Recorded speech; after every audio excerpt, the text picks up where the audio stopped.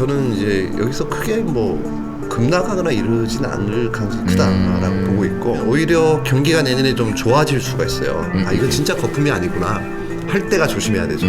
저는 이제 카테고리가 제일 저평가돼 있어요.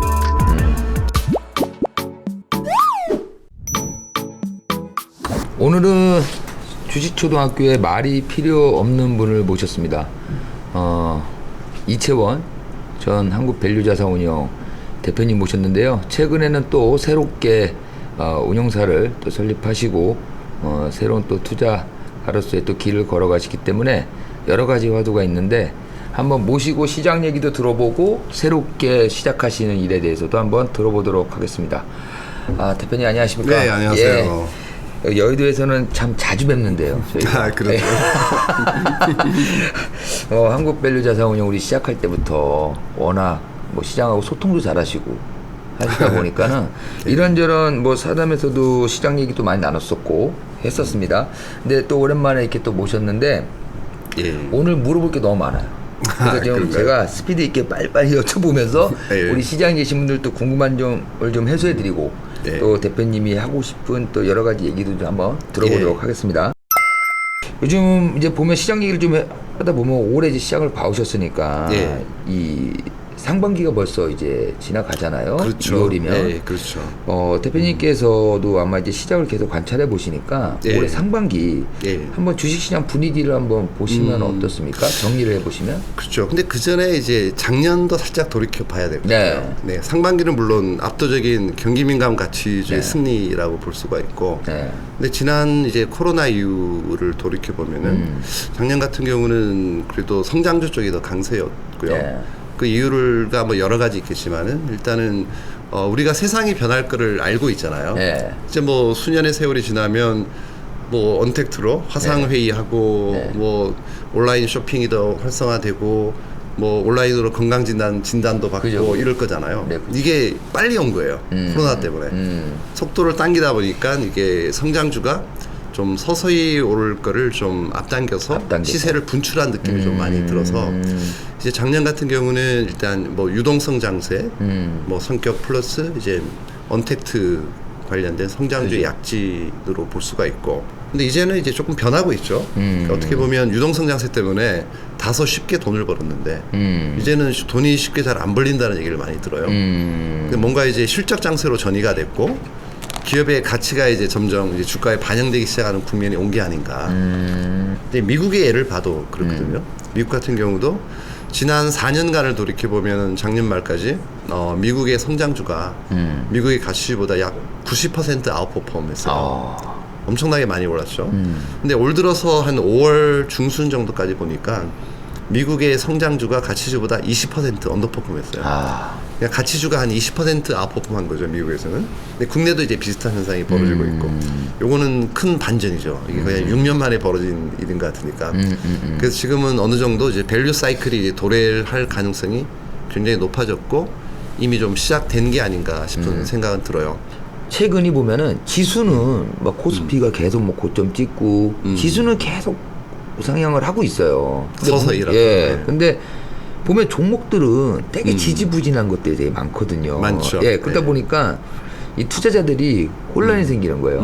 야, 이거 지수로 봐서는 접근이 좀 쉽지 않은데, 종목으로 봐서는 이게 지금 매력이 있고, 이걸 넣어야 될까? 종목이 괜찮은데 넣었다가, 지수가 또 이게 고점에서 한번 또 빠지면, 아무리 또 종목도 그렇죠.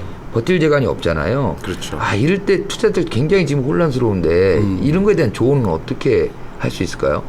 이 과거에 보면은 좀 데자뷰처럼 떠오르는 게 리만 사태 이후를 돌이켜 보면은 리만 사태 전에 코스피가 뭐 한 2100 이랬잖아요. 리만 사태가 터지고 900포인트가 깨졌었고 또 뭐 지금처럼 빠르진 않지만 그래도 한 1년 만에 순식간에 회복을 해서 2000포인트를 탈환을 했죠. 근데 문제는 탈환하고 나서 5년 내내 2000이었거든요. 근데 그 와중에 종목은 어마어마하게 주가가 많이 올랐다는 거죠.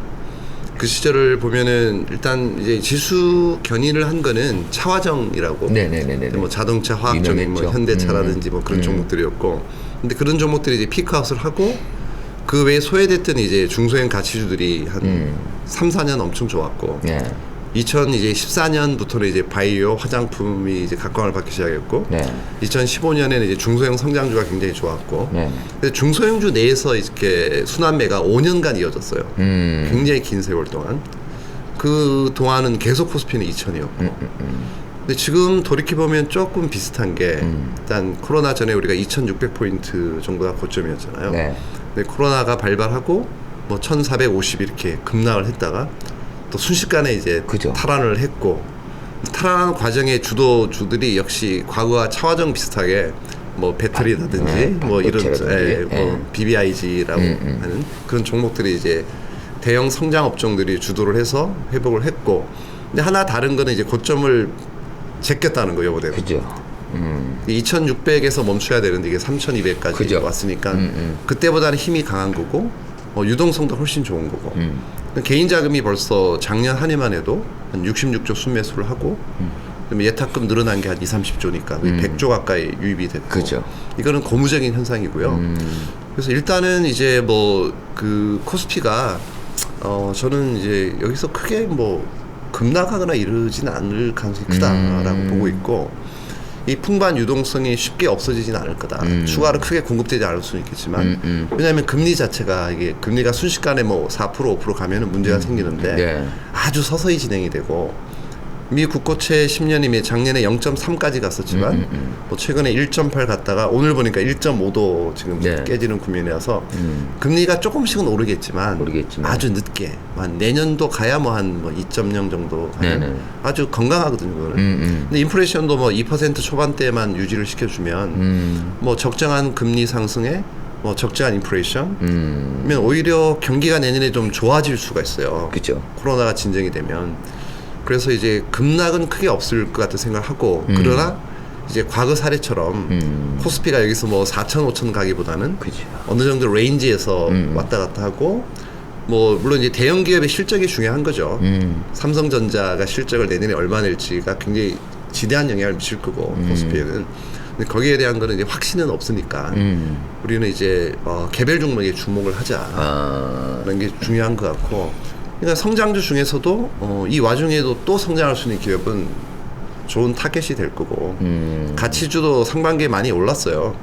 그래서 급격히 벌어졌던 갭은 어느 정도 메웠는데, 이 와중에도 가치주 내에서 여전히 너무 저평가되어 있는 카테고리들이 좀 존재하고, 그리고 가치주 내부에서도 좀 숨겨진 성장이나 숨겨진 자산 가치 이런 거 있는 것들이 계속 나올 거라서 철저히 저는 이제 종목 중심으로 접근을 해야 되지 않나. 그래서 뭐 지수의 공포보다는 방금 말씀하신 대로 아직도 성장이 더 갈 수 있는 종목들이 많기 때문에 그런 종목들을 찾아서 잘 투자하는 게 일단은 바람직하다고. 그게 맞아요. 또 특히 제 과거 경험상 직관적으로 이제 말씀을 드리면 이게 혹시 거품일 수도 있잖아요. 유동성. 근데 거품이 또 금방 안 꺼져요. 거품도 막 2, 3년 넘게 가는 수도 있고, 이 거품이 뭐 이러다가 뭐 뉴노멀이다 뭐다 하면서 5년, 10년 이 상태로 갈 수도 있어요. 그러면 사람들이 이제 거기에 빠져버려요. 아, 이건 진짜 거품이 아니구나. 할 때가 조심해야 되죠. 이제 아직은 이제 그 정도는 아니라는 거죠. 하반기에는 우리가 좀 업종이나 이런 걸 봤을 때 대표님께서 보시기에 하반기는 이런 것들 좀 주목해 볼 필요가 있다. 좀 한번 팁을 주시자면은 뭐가 있을까요? 원래는 이제 사실은 연초에 살짝 뭐 웃긴 일이긴 하지만 좀 이제 그림이라 그럴까 시나리오라 그럴까 조금 생각을 해보거든요. 어떤 식으로 전개가 될 건가. 그런 생각을 해볼 때 이제 난 1분기는 그래도 소재 쪽이 괜찮지 않겠느냐. 2분기는 산업재, 3분기는 이제 소비재가 괜찮아 보이는 이런 생각했는데 빨리 오더라고요. 빨리 오죠. 빨리 와서 거의 상반기에 뭐 소비재, 산업재 할 것 없이 시크리컬 가치주가 크게 올랐고. 근데 지금 남아 있는 건 그래도 좀 소비재 쪽이라고 보고 있고. 아까도 제가 거듭 강조드리지만 이제 포스트 코로나를 대비를 해야 된다. 코로나가 없는 세상. 뭐 자유롭게 여행 다니고 뭐 노래방 다니고 뭐 10명 20명 모여서 식사도 하고, 그래서 뭔가 좀 이제 음식료도 가능하고 뭐 의류라든지 의식주와 관련된 소비 쪽 이쪽에 좀 관심을 가지는 게 크고 근데 미리 선반영돼서 오른 거는 소용이 없어요. 없죠. 근데 이렇게 좋아질 것 같은데 아직도 잘 버티고 있고 주가가 안 오른 종목들이 꽤 있는 것 같아요.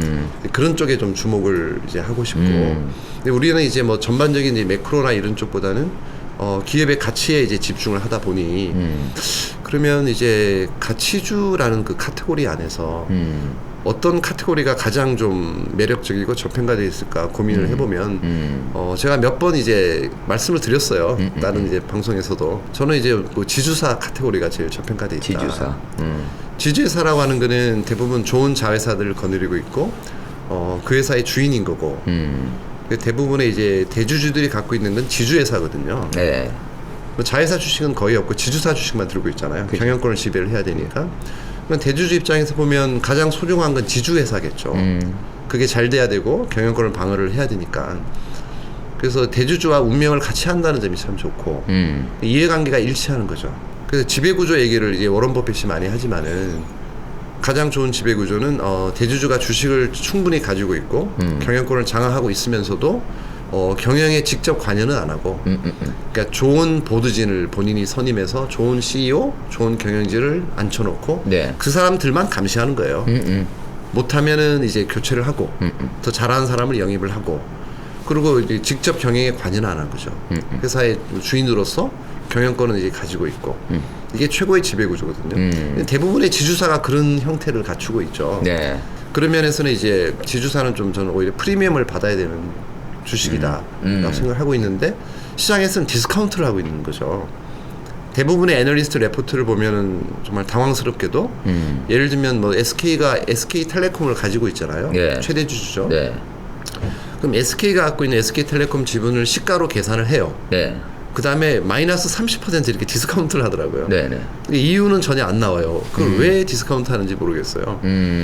시장에서 얘기하는 가장 큰 이슈는 그거예요. 이게 더블 카운팅이다, 지주사는. 뭐 SK텔레콤도 상장이 돼 있고, SK이노베이션도 상장이 돼 있고, SK도 상장돼 있고, 이건 더블 카운팅 아니냐. 외국을 사례를 놓고 보면 대부분 둘 중에 하나만 상장돼 있는 경우가 많죠, 외국은. 예. 이거는 근데 어떻게 보면 본질적인 이제 내재 가치나 펀더멘탈의 문제가 아니고 네. 수급상의 문제겠죠. 희소성이라든지. 그죠. 근데 예를 한번 들어보면 제가 뭐 펀드를 이제 모집을 했어요. 제가 한 10조 정도 펀딩을 크게 해가지고 그 10조를 가지고 삼성전자를 다 사버렸어요. 그리고 이걸 다시 제가 IPO를 했어요. 네. 근데 이게 왜 5조에 거래되죠? 나는 틀리면 10조의 가치가 있는 걸 산 건데 그죠. 그게 지금 지주사거든요. 근데 그런 식의 논리라면은 뭐 ETF도 반값을 그래야 되나? 그죠. 그럼 뭐 금펀드나 그렇게 사라지는 게 아닌데. 그렇죠. 가치가 있는 건데. 근데 그래서 이제 특히나 뭐 이런 게 전평가되는 걸 좀 이해가 좀 안 되는 거고. 근데 이거는 이제 과거의 우선주 사례를 생각해 보면 제가 우선주 어마어마한 신봉자였거든요. 네. 수많은 가치자들, 강방천 회장님, 네. 뭐 허남건 네. 사장님 우선주에 저희가 미쳐 있었거든요. 한 20년 전부터. 근데 이게 괴리가 안 좁혀져요, 좀처럼. 안 좁혀지죠. 보통주가 10만 원인데 우선주가 뭐 2만 원, 그죠. 3만 원 이랬었어요. 근데 어느 순간에 10몇 년 전에 갑자기 아무 이유 없이 우선주가 그냥 다 붙어버렸어요. 근데 삼성전자는 보통주 우선주 별 차이도 안 나죠. 이게 지주사도 어느 순간에 시장 참여자 인식만 바뀌면 저는 제값을 받는 시대가 반드시 온다. 그리고 특히 뭐 삼성물산 이런 것도 싸지만은 좀 더 이제 밑으로 내려가면 중소형 이제 지주사 같은 경우는 PBR이 0.2, 0.3도 지금 많은 상태입니다. 그쪽을 좀 좋게 보고 있고 그 외에는 이제 뭐 고배당주들, 뭐 KTNG 같은 기업들이 지금 물론 ESG 열풍 때문에 상당히 디스카운트를 받고 있지만은 그럼에도 불구하고 따박따박 이익은 좀 조금씩 늘고 있고 뭐 시가총액이 11조인데 이익은 뭐 한 뭐 1조 1천억 원 나니까 항상. 그죠. 그 뭐 10% 장사하고 있는 거잖아요. 은행에 넣어봤자 1.2%인데 얘는 1년에 따박따박 10% 벌고 그 반은 배당으로 주고 배당 수익률이 지금 5에서 6% 정도 나오거든요. 뭐 이런 기업들은 뭐 철저히 소외되고 있어가지고 그래서 배당률이 좀 한 5%, 배당률. 6% 나오는 기업들 이 굉장히 언더퍼폼 했거든요, 올 들어서도. 근데 이런 쪽에 좀 관심을 가지고 그 중에서도 좀 본인이 좀 이해하기 쉽고 좀 더 싼 기업을 잘 찾아서 투자하면 좋은 기회가 되지 않을까 싶어요. 아까 지주 얘기했었지만은 이게 적절한 비유인지 모르겠지만 우리가 보통 그러잖아요. 가장 이상적인 돈벌이가 내가 뭔가 일을 안 하고 있어도 밤새 자고 있어도 돈이 들어오는 사업을 해라. 그렇죠. 근데 지주라는 게 그렇잖아요. 그렇죠. 자기가 직접적인 일은 안 하지만 그렇죠. 쭉 깔아놓은 것들에서 이제 걷어들이는 건데 그렇습니다. 심리라는 게 그런 것 같아요. 아무것도 안 하고 버는 것보다는 뭔가 열심히 하는 쪽에다가 투자를 하려는 경향도 있고 아까 이제 더블 카운팅 얘기도 하셨지만은 그런 일환인 것 같아요. 내가 지금 잘 벌고 있는 데다 투자를 하는데 굳이 여기다 왜 또 투자를 해? 뭐 이런 심리도 아마 있는 것 같은데 역발상으로 생각하면 그 좋은 기업들 다 가지고 있는 게 지주잖아요. 그렇죠. 예. 그렇죠. 그런 차원에서 지주를 한번 노려볼 만하고 또 우리 배당 잘 주는 배당주들 또 하반기 소비가 기대되니까 소비재 그렇죠. 소비재 쪽에 그쪽 세 가지를 한번 포인트로 잡아보시면 하반기에도 괜찮은 투자를 할 수 있지 않을까 생각이 그렇습니다. 듭니다. 예.